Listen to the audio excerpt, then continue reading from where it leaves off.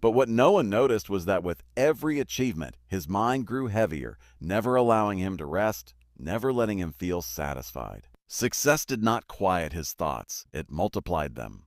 Every win brought fear of loss, every compliment brought pressure to stay perfect, and every mistake replayed in his head like a punishment he could not escape. He stopped sleeping deeply, stopped laughing freely, and stopped being present with the people who cared about him.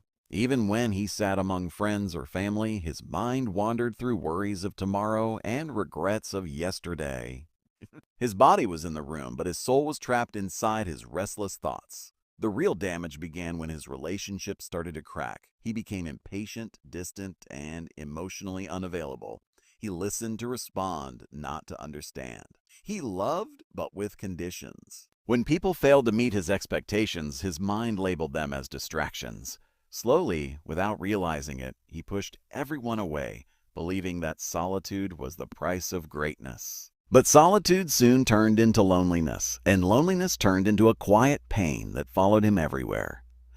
One evening, after a particularly exhausting day, Armin collapsed into a chair at a roadside tea stall. The city lights flickered, cars rushed past, and life seemed to move on without caring about his inner chaos. As he stared into his cup, his thoughts raced faster than the traffic around him.